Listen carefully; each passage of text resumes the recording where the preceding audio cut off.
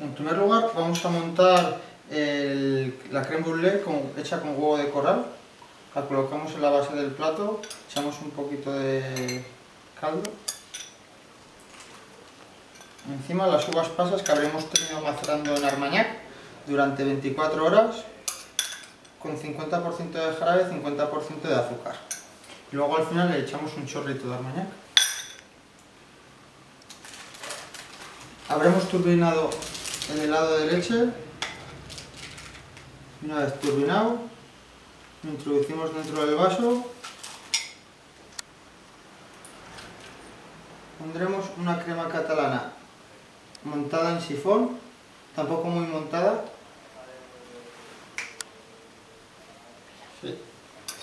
Y acabaremos con las cookies de chocolate, unos brotes de menta silvestre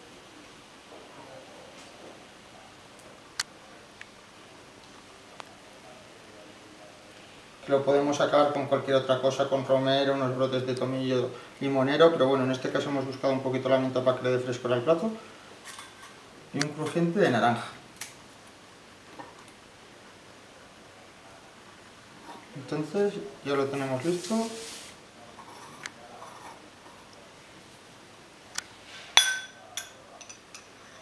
Y acabamos con el caldito del flan.